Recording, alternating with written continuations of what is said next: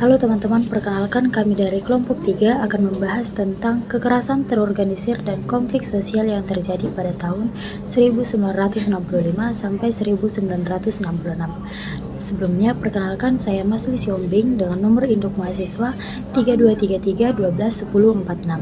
Nah, di sini saya akan membahas bagaimana kondisi politik dan sosial sebelum 1965 yang memicu polarisasi dan ketegangan. Nah, sebelum peristiwa G30S pada tahun 1965, Indonesia itu berada dalam situasi yang sangat tegang, baik itu secara politik maupun secara sosial. Nah, di mana kelompok-kelompok politik yang saling bersaing itu curiga antara yang satu dengan yang lainnya. Ketegangan ini memicu adanya perbedaan pandangan ideologi, persaingan kekuasaan, dan juga kondisi sosial dan ekonomi yang sulit. Nah, di mana masyarakat itu menghadapi inflasi yang tinggi, harga kebutuhan pokok naik, distribusi pangan tidak merata, serta kesenjangan sosial yang cukup lebar antara kelompok yang kaya dan yang miskin. Banyak rakyat yang merasa tidak puas terhadap kondisi hidupnya, sehingga mereka menjadi lebih mudah terpengaruh oleh kelompok politik yang menjanjikan perubahan atau kesejahteraan.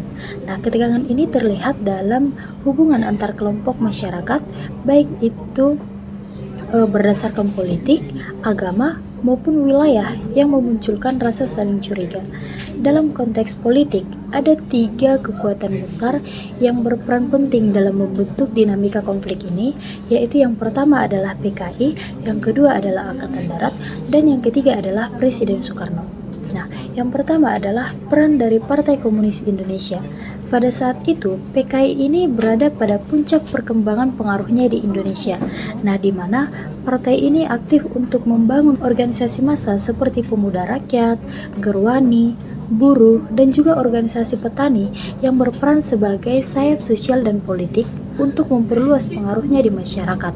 Nah, PKI ini berusaha untuk mempengaruhi berbagai lembaga pemerintahan seperti mendorong program radikal mereka, yaitu pembagian tanah kepada petani miskin. Mereka juga melakukan aksi sepihak untuk menekan para tuan tanah. Selain itu, mereka juga mendorong gagasan angkatan kelima, yaitu untuk membentuk pasukan bersenjata dari buruh dan tani dengan alasan untuk menambah kekuatan pertahanan negara, karena PKI ingin mengimbangi kekuatan angkatan darat dengan berharap agar memiliki posisi yang lebih kuat di dalam masyarakat tersebut. Nah, agar agenda politiknya itu bisa diterima, mereka ini memanfaatkan ketidakpuasan masyarakat terhadap sosial ekonomi masyarakat dengan menawarkan solusi yang lebih berfokus pada kesehatan sosial dan keadilan ekonomi. Yang kedua adalah peran dari Angkatan Darat.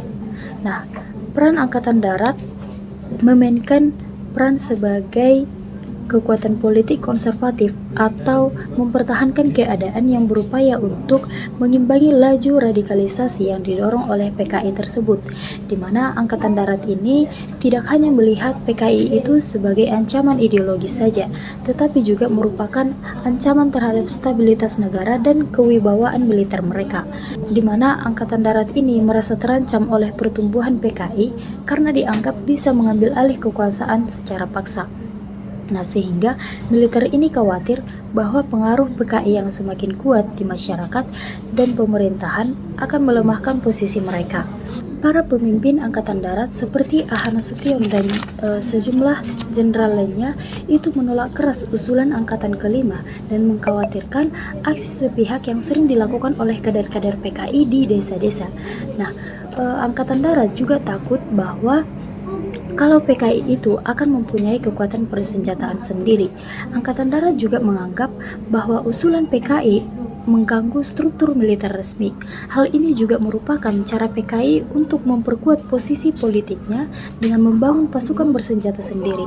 TNI Angkatan Darat menolak ide PKI tersebut, seperti revolusi sosial atau perubahan besar dalam struktur masyarakat dan juga reforma agraria atau pembagian ulang tanah kepada rakyat, karena dianggap bisa menimbulkan kekacauan.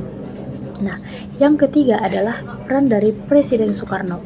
Sebagai presiden, Soekarno ini memainkan peran sentral sebagai pemimpin negara yang berupaya untuk menjaga keseimbangan antara kekuatan nasionalis, agama, dan juga komunis melalui konsep Nasakom. Nah, di mana Soekarno ini ingin menciptakan persatuan ideologi dalam konteks revolusi Indonesia. Tujuannya adalah agar semua kelompok politik besar tetap berada di bawah kendali pemerintah pusat dan dapat mengendalikan konflik. Nah, tapi dalam praktiknya Soekarno ini tampak lebih dekat dengan PKI karena ia menganggap bahwa PKI ini adalah kelompok yang mendukung tindakannya.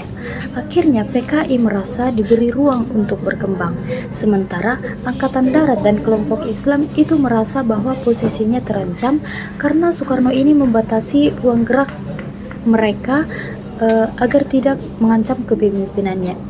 Nah, kondisi ini membuat Soekarno menjadi sumber ketegangan baru karena kedua kekuatan tersebut akhirnya bersaing untuk mendapatkan kepercayaannya. Nah, situasi ini semakin rumit ketika kesehatan Soekarno menurun menjelang tahun 1965, di mana PKI berupaya untuk memastikan agar pengganti Soekarno tidak berasal dari Angkatan Darat, dan begitu juga dengan Angkatan Darat yang mencegah PKI mendapatkan pengaruh lebih besar jika terjadi penggantian kekuasaan. Nah, hal ini membuat kondisi politik yang rapuh dan menjadi pemicu polarisasi dan kemudian menjadi latar belakang terjadinya peristiwa G30S pada tahun 1965. Sekian dari saya, untuk materi selanjutnya akan dilanjutkan oleh teman saya. Hai semuanya, perkenalkan nama saya Jovita Natasha Lomban-Tungkup. Nah, di sini saya akan melanjutkan materi kami mengenai narasi serta propaganda pasca G30 September. Nah, kita tahu pada tahun 1965 terjadi yang namanya penangkapan dan juga pembunuhan kepada Jenderal Angkatan Darat. Nah, kemudian setelah peristiwa itu, keesokan harinya di tanggal 1 Oktober, Angkatan Darat secara cepat menyebarkan narasi resmi mengenai dalang dari peristiwa ini. Nah, di mana pada narasi yang dibuat oleh Angkatan Darat bahwasanya dalang utama ataupun pelaku utama dari peristiwa ini adalah PKI ataupun Partai Komunis Indonesia, di mana berita ini disebarkan melalui Radio Republik Indonesia yang langsung dipegang oleh Angkatan Darat, kemudian menyebarkan ke berbagai media, contohnya itu seperti surat kabar dan juga pamflet-pamflet serta pidato maupun film dokumenter dan juga pelajaran sekolah yang sampai saat ini masih kita pelajari.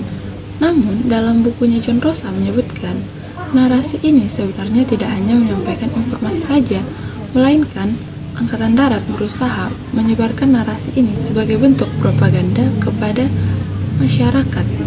Tujuan dari narasi serta propaganda ini dilakukan supaya masyarakat mengecam PKI sebagai musuh negara dan pantas untuk diberantas.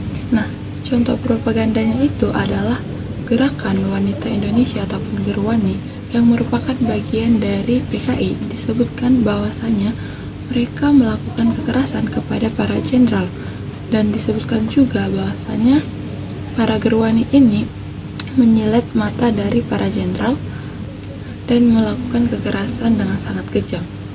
Namun, tuduhan ini tidak terbukti secara forensik. Hal ini sudah terlanjur diterima oleh masyarakat dan membuat mereka marah serta ketakutan, sehingga mereka mendukung yang namanya tindakan anti-komunis. Nah, selain menyalahkan PKI, narasi dan propaganda yang dibuat oleh Angkatan Darat menutupi persoalan ataupun konflik internal yang ada di antara mereka, yang mana pada saat itu Angkatan Darat sendiri mempunyai permasalahan karena para jenderal sedang merebut kekuasaan untuk menduduki posisi komando di dalam militer, sehingga dengan menyebutkan PKI adalah dalang, persoalan yang ada di Angkatan Darat itu tertutupi.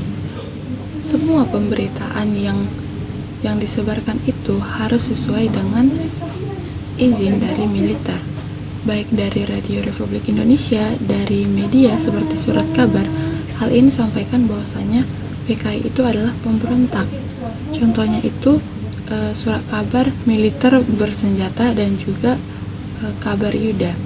Berita-berita koran ini menyampaikan tentang pengkhianatan PKI. Nah, Selain itu juga pamflet-pamflet ataupun selembaran disebarkan ke kampus-kampus, ke sekolah, ke desa, dan juga ke pabrik mengenai gambar-gambar PKI yang kejam serta bunuh para jenderal. Melalui pidato, film dokumenter, serta pelajaran sekolah yang sampai saat ini kita pelajari masih menyebutkan bahwa PKI itu adalah dalang dari peristiwa gerakan 30 September. Dan hal inilah yang masih dirasakan kepada masyarakat hingga saat ini. Bagaimana masyarakat bisa percaya akan hal ini? Tentunya karena semua media yang ada pada saat itu diawasi oleh Angkatan Darat, di mana semua media yang menyangkut Angkatan Darat harus dihapus. Jika tidak, media ini akan diblokir ataupun disensor. Nah, kemudian dari hal ini terjadilah kekerasan ataupun penyerangan di berbagai daerah, di mana media menyebutkan bahwa kekerasan ini terjadi karena aksi spontan dari rakyat akan kekecewaan dan anti-komunisme. Padahal, operasi ini sebenarnya diatur oleh jaringan komando militer yang pada saat itu memberikan target serta arahan kepada kelompok sipil bersenjata. Dengan menyebutkan ini sebagai gerakan rakyat, seolah-olah peristiwa ini tidak ada campur tangan negara di dalamnya, tidak ada campur tangan militer. Disebutkan juga di berbagai media bahwa Angkatan Darat sedang menumpas PKI, dan setiap media itu menyampaikan bahwa Angkatan Darat adalah penyelamat negara. Dampak dari narasi serta propaganda inilah yang membuat yang sebelumnya biasa-biasa saja menjadi percaya bahwasanya tetangga mereka yang ada anggota PKI ataupun keluarga dari PKI adalah sebuah ancaman. Kekerasan yang seharusnya ditolak menjadi suatu pembenaran pada saat itu. Akibat dari narasi inilah yang menyebabkan terjadinya pelanggaran HAM di berbagai tempat. Contohnya itu seperti penangkapan massal, pengusiran, pembunuhan. Ini tidak hanya kepada anggota PKI saja, tetapi kepada keluarga-keluarga yang masih ada ikatan dengan PKI itu sendiri. Nah, narasi inilah yang nantinya bertahan hingga puluhan tahun di masa Orde Baru, dan narasi inilah yang menjadi alasan utama tragedi terbesar dalam hal politik dalam sejarah nasional Indonesia. Nah, demikianlah materi yang boleh saya sampaikan. Terima kasih sudah menonton, dan dilanjut materi berikutnya. Terima kasih. Oke, halo teman-teman semuanya. Perkenalkan, nama saya David Dordo Saragi. NIM saya 3233210006. Nah, saya dari kelas reguler D23. Nah, di sini saya akan menjelaskan materi saya, yaitu mengenai peran Angkatan Darat dan kelompok sipil dalam kekerasan anti komunis 1965 sampai 1966. Nah, jadi ketika kita membicarakan mengenai kekerasan anti komunis pada tahun 1965 sampai 1966, kita perlu memahami bahwa peristiwa ini tidak mungkin terjadi dengan sendirinya. Nah, banyak orang mengira peristiwa ini terjadi hanya karena kemarahan rakyat kepada PKI. Tetapi penelitian sejarah menunjukkan bahwa Angkatan Darat memegang peranan sentral di sini. Nah, ini juga di sini Angkatan Darat yang disebut di sini itu adalah militer Erpakat yang sekarang menjadi Kopassus. Nah, jadi setelah G30S, Jenderal Soeharto mengambil alih pusat komando dan mengontrol seluruh informasi di masyarakat. Media diarahkan untuk menampilkan PKI sebagai musuh negara yang harus dihabisi. Dengan itu, masyarakat mudah terpancing untuk membenci siapapun itu yang dituduh PKI. Tidak berhenti di situ, Angkatan Darat juga mengirimi instruksi serentak ke daerah-daerah untuk melakukan pendataan, penangkapan, dan tempatkan orang-orang yang diduga PKI di pos-pos penahanan. Karena perintahnya pada saat itu satu komando atau satu pusat komando. Pola kekerasannya menjadi seragam baik di Jawa, Sumatera, hingga Sulawesi. Jadi bisa dibilang kekerasan pada saat itu sudah hampir seluruh ke Indonesia. Nah, namun militer tidak bekerja sendiri pada saat itu. Nah, mereka mengarahkan kelompok-kelompok sipil untuk melaksanakan operasi kekerasan di lapangan. Siapa saja mereka? Mereka itu termasuk juga organisasi kepemudaan, yaitu Pemuda Ansor, HMI, dan Parkindo Youth atau Pemuda Kristen. Yang kedua, ada kelompok keagamaan NU, Nahdlatul Ulama, Muhammadiyah, dan masih banyak lagi ya teman-teman. Misi partai politik anti komunis PSI dan PKI dan juga PNI. Laskar atau Pemuda Ansor yaitu tergolong seperti Jawara dan Laskar. Nah, kelompok ini tidak bertindak sendiri. Mereka bertindak dengan dukungan oleh pemerintah. Mereka diberikan logistik, pelatihan, dan perlindungan hukum. Jadi ketika mereka melakukan penyerangan, pengusiran, dan juga pembunuhan, nah mereka merasa memiliki izin dan dukungan penuh dari negara. Nah, hasilnya kekerasan meluas dengan sangat cepat dengan pola yang masih sama, yaitu pendataan, penangkapan, pembunuhan, dan juga pengasingan. Oke, jadi pada saat itu juga sejarawan Robert Cribb menyebut hubungan ini sebagai kolonisasi militer sipil. Nah, militer memberi perintah dan fasilitas, sedangkan sipil melaksanakan aksi kekerasan. Oke, demikian materi yang dapat saya jelaskan. Mohon maaf ketika saya memiliki salah kata atau salah ucapan. Terima kasih. Selamat siang teman-teman. Di sini saya Novia Mutiara dari kelas D reguler 2023. Di sini saya dari kelompok 3 ingin menjelaskan tentang bentuk pelanggaran HAM, pembunuhan massal dan penahanan sewenang serta kekerasan berbasis gender, yang dimana HAM adalah hak asasi manusia atau hak dasar yang dimiliki setiap manusia sejak lahir, seperti hak untuk hidup, hak bebas dari penyiksaan, dan hak mendapat keadilan, dan hak untuk diperlakukan setara tanpa melihat ras, suku, agama, atau pandangan politik. Setelah itu muncullah peristiwa tahun 1965 sampai 1666 yang dimana salah satu tragedi pelanggaran HAM terbesar di Indonesia, yang dimana bentuk pelanggaran yang paling terlihat adalah pembunuhan massal yang terjadi di berbagai daerah seperti Jawa Timur, Jawa Tengah, Bali, Sumatera, hingga Sulawesi, yang dimana korban bukan hanya anggota PKI tetapi orang-orang yang dituduh tanpa bukti dan mereka yang sekedar dianggap terkait. Banyak dari mereka ditangkap dan disiksa lalu dibunuh tanpa proses pengadilan. Cara pembunuhannya pun beragam, seperti dibunuh, ditusuk, hingga eksekusi secara brutal, yang dimana jenazahnya juga sering dibuang ke lubang-lubang besar atau area terpencil sehingga tidak ditemukan oleh keluarga. Temuan para peneliti seperti Robert Cribb menunjukkan bahwa kekerasan itu bukan spontan tetapi dilakukan secara terstruktur sebagai bagian dari operasi pembersihan, yang dimana tragedi pembunuhan massal 1665 sampai 1666 ini sendiri berawal dari situasi politik yang memanas setelah peristiwa G30S, ketika 7 jenderal diculik dan dibunuh pada 30 September 1665. PKI langsung dituduh sebagai dalang peristiwa tersebut dan tuduhan ini menjadi alasan untuk melakukan penangkapan besar-besaran.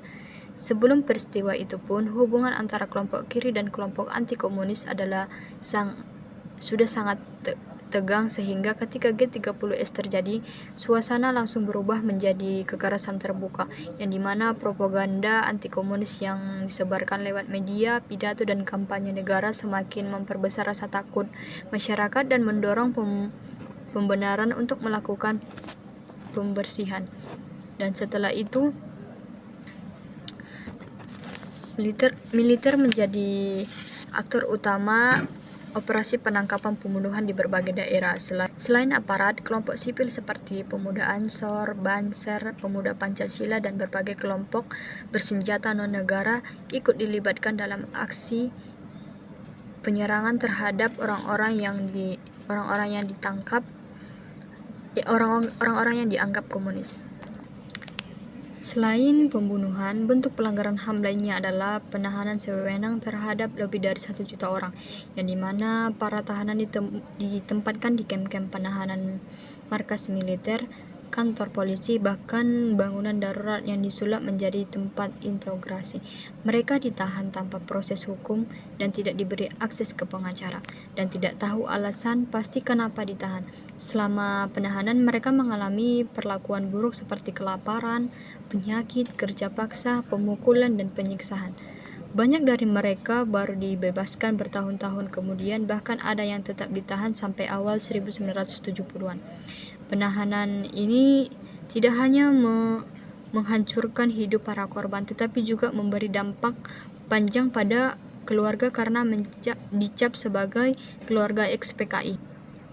Dalam masa penahanan itu, militer membagi tahanan dalam beberapa kategori, yaitu golongan A, B, dan C, yang dimana golongan A adalah mereka yang dianggap terlibat, sedangkan golongan B adalah berisi orang-orang yang dituduh terlibat tetapi tidak memiliki bukti kuat, dan golongan C adalah mereka yang dianggap hanya simpatis atau memiliki hubungan tidak langsung, misalnya keluarga dari orang yang dituduh.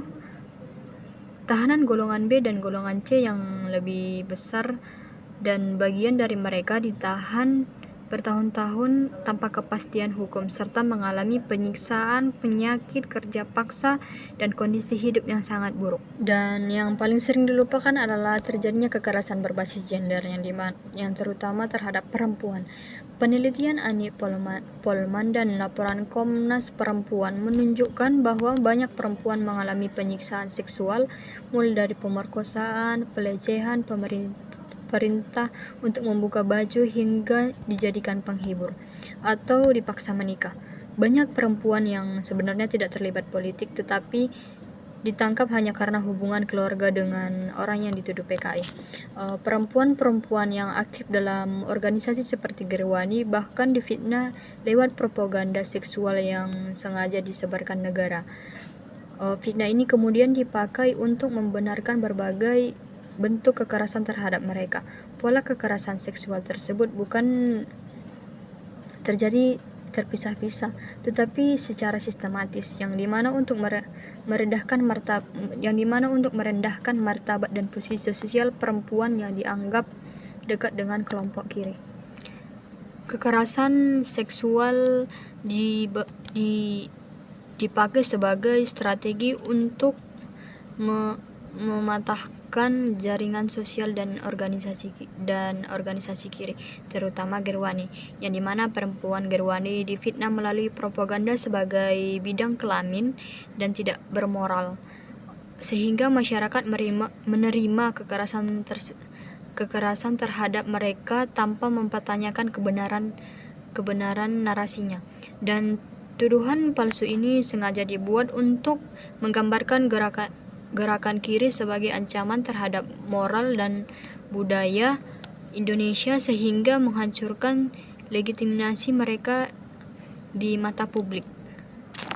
Tujuan lainnya itu adalah mengontrol dan menghubungkan perempuan, terutama perempuan yang aktif secara politik, sosial, atau vokal memperjuangkan hak-haknya. Dan sebelum 1965, perempuan-perempuan Gerwani dan organisasi kiri lainnya aktif memperjuangkan pendidikan, kesehatan ibu dan anak, hak buruh perempuan, dan reformasi sosial, yang dimana kekerasan terhadap mereka menjadi cara untuk menghentikan kemajuan gerakan perempuan yang dianggap mengancam struktur patriarki yang dominan.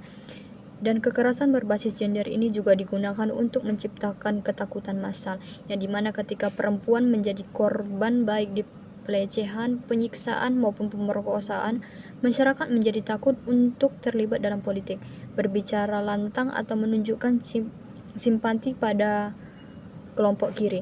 Ketakutan ini memperkuat kontrol negara dalam kelompok bersenjata atau masyarakat, sekaligus mempercepat keberhasilan operasi pembersihan. Dengan ini pelanggaran HAM pada tahun 1965 sampai 1666 bukan hanya mencakup pembunuhan massal tetapi penahanan tanpa dasar hukum, penyiksaan dan kekerasan seksual yang meluas. Semua bentuk kekerasan ini langsung dalam suasana impunitas total tanpa perlindungan hukum bagi korban dan tanpa mekanisme pertanggungjawaban bagi pelakunya. Sekian yang dapat saya sampaikan. Terima kasih. Assalamualaikum warahmatullahi wabarakatuh. Kembali lagi bersama saya Handika Syaifullah. Saya dari kelompok 3. Di sini saya akan membahas tentang dampak jangka panjang peristiwa 1965 sampai 1966 dan upaya pengungkapan kebenaran serta rekonsiliasi pada masa itu. Nah, jadi peristiwa 1965 sampai 1966 itu meninggalkan dampak jangka panjang bagi para penyintas, lalu keluarga keturunan PKI serta struktur sosial politik di Indonesia. Nah, jadi bagi para penyintas, trauma psikologis, lalu kehilangan anggota keluarga dan pengalaman kekerasan fisik maupun seksual terus membekas seumur hidup mereka. Nah, terus ada stigma keluarga PKI pada masa itu. Nah, jadi stigma sebagai keluarga PKI ini membuat mereka itu merasa dikucilkan di lingkungan sosial, lalu diawasi oleh para aparat dan juga mendapatkan diskriminasi gitu. Nah, dan juga mereka tuh dibatasi hak politiknya dan juga sulit untuk mendapatkan pekerjaan.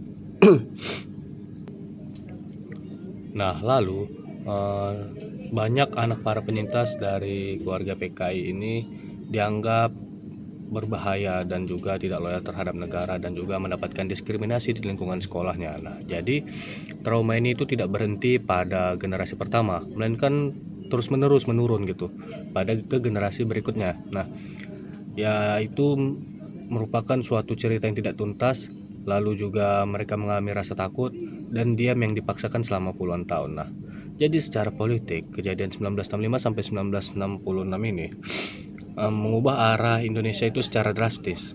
Nah, Orde Baru menggunakan tragedi tersebut sebagai untuk memperkuat kekuasaan militer. Nah, lalu juga untuk menghapus pengaruh Soekarno dan menutup ruang politik yang yang sebelumnya terbuka bagi berbagai negara dan juga berbagai ideologi. Nah, narasi tunggal yang menyalahkan PKI dimasukkan ke dalam kurikulum sekolah, lalu juga media dan budaya dari 3 dekade. Nah, jadi pembicaraan tentang pembantaian 1965 itu dianggap tabu pada masa itu. Nah, dan tuntutan korban tidak mendapat ruang dan juga struktur politik yang terbentuk pada masa itu menumbuhkan budidaya impunitas yang dimana pelaku kekerasan tidak pernah diproses secara hukum dan praktik otoritarianisme melekat dalam birokrasi serta aparat keamanan pada masa Orde Baru tersebut. Nah, lalu apa upayanya? Nah, upaya pengungkapan kebenaran mulai muncul setelah jatuhnya Orde Baru pada 1998. Nah, seperti yang kita tahu kan. Nah, ada lembaga seperti Komnas HAM yang melakukan penyelidikan dan menyimpulkan bahwa adanya kejahatan terhadap kemanusiaan dalam peristiwa tersebut. Nah, meskipun laporan itu belum berlanjut ke proses pengadilan resmi, Komnas Perempuan juga mendokumentasikan kesaksian perempuan penyintas untuk mengungkapkan kekerasan berbasis gender yang selama ini disembunyikan. Nah, selain itu, komunitas akademik, lalu pegiat HAM dan organisasi masyarakat sipil menggagas dokumentasi arsip pada masa itu. Terus juga membongkar penelitian sejarah lisan, lalu seni pertunjukan dan forum politik untuk memberi ruang bagi para penyintas bersuara. Nah, Pengadilan Rakyat Internasional atau IPT 65 di Den Haag pada 2015 membantu memperkuat pengakuan internasional tentang adanya kejahatan terhadap kemanusiaan. Nah, namun upaya resmi negara itu masih terbatas. Nah, rekonsiliasi di sini juga belum tercapai sepenuhnya. Kuburan massal belum dipetakan juga secara jelas dan kompensasi maupun rehabilitasi bagi korban terus tertunda. Nah, jadi peristiwa 1965 sampai 1966 ini memberi fondasi politik yang sangat kuat bagi lahir dan berkembangnya Orde Baru. Nah, kekerasan massal dan stigmatisasi terhadap PKI menciptakan kondisi di mana Angkatan Darat di bawah kepemimpinan Soeharto berhasil mengambil alih kendali politik dari Soekarno. Nah, jadi Soeharto pada masa itu memanfaatkan momentum ini untuk